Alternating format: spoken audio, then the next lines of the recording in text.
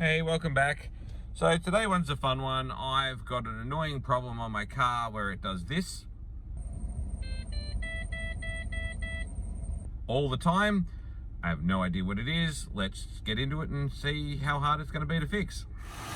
Everything is pointing towards the O2 sensor, which is down there. So I've got a bit of an idea. Let's see how we go.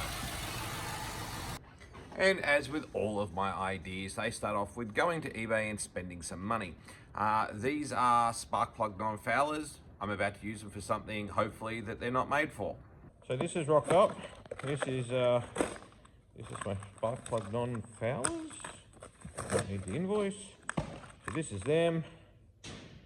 Nice and simple. And the theory is pretty straightforward. Say this is my O2 sensor. I will drill this one out because it's only got a small hole. I'll put my O2 sensor in there. That'll come through right to the end. The second one will go on there just to simply lift it back, but I'll leave the small hole. And the theory is less air will come in and it will mix with the air that's already in there, allowing the O2 sensor not to get a perfectly accurate reading. It will only read a slower change inside the little area. So may or may not work, but you know, let's give it a shot. So here's the sensor on the car. And something I didn't know is there's a second one over here, which makes perfect sense, but until a mate just pointed it out, I did not know that. And I only bought 2 of the non-foulers, so I need 4. Bugger. Can't remember who I ordered the last ones from. I found these ones around the same price, so I'll just get those. So back under the car I go to get it out. All right, so that's out.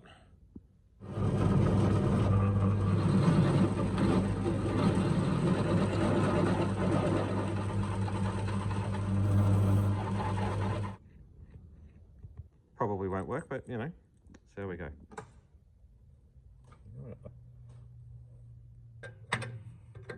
Should be enough that we can start the car and at least see if it does anything.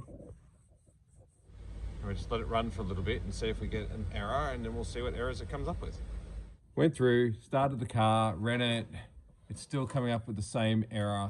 So off we go to eBay again, and this time I'm having a quick look for genuine Holden O2 sensors, and give or take, they seem to be somewhere around the 200 mark.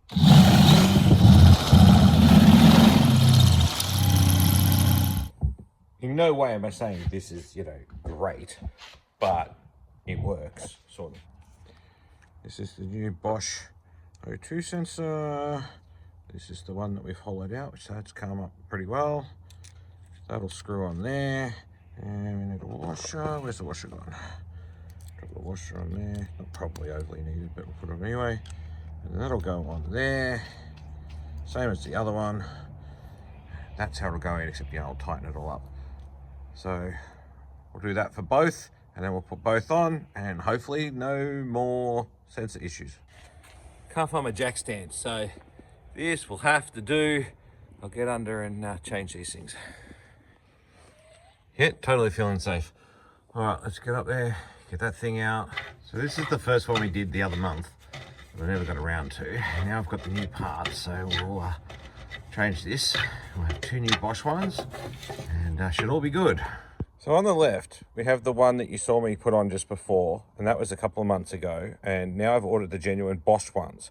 You can really see a quality difference between the two. Both set, ready to go, get onto the car, and put these suckers in.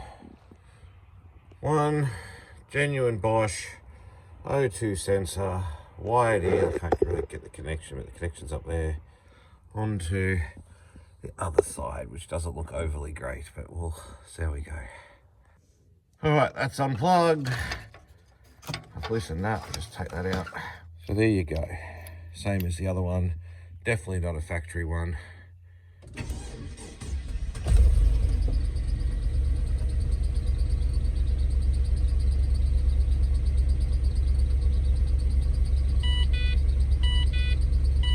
Always need fuel.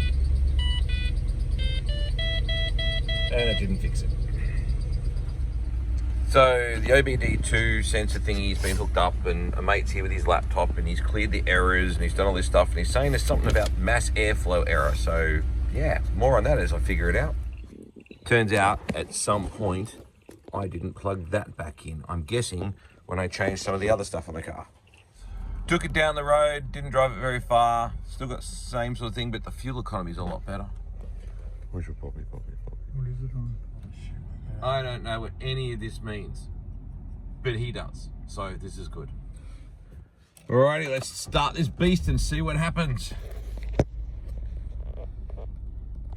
We'll give it a second or two to see if it kicks in with an error, then I'll walk away, leave it idling for like 10 minutes, come back and see what happens.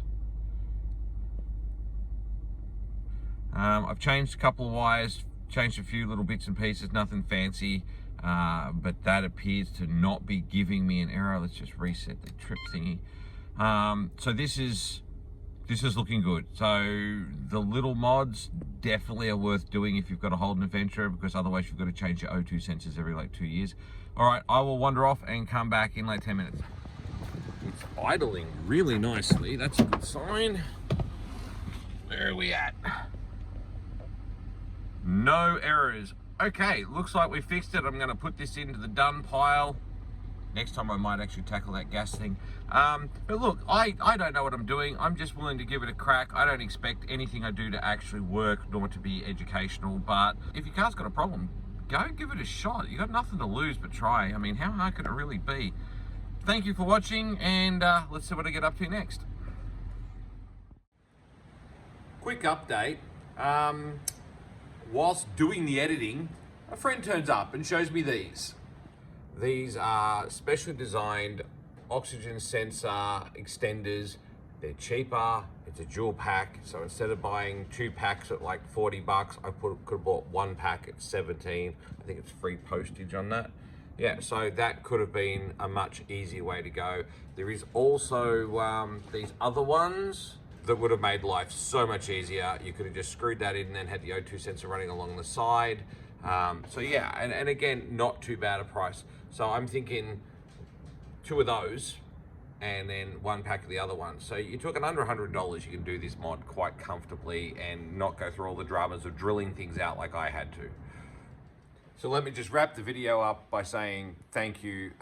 So many people on YouTube have given me great ideas and great support, and seriously, very thankful. And I really hope you guys are actually enjoying watching these things. I hope you're having a good laugh and just, you know, as I stuff things up and tinker through, because I know I could just watch other people's videos and know how to do this, but I'm thoroughly loving just having a crack at it and seeing where things go. So again, thank you so much for watching, and I'll see you all next video.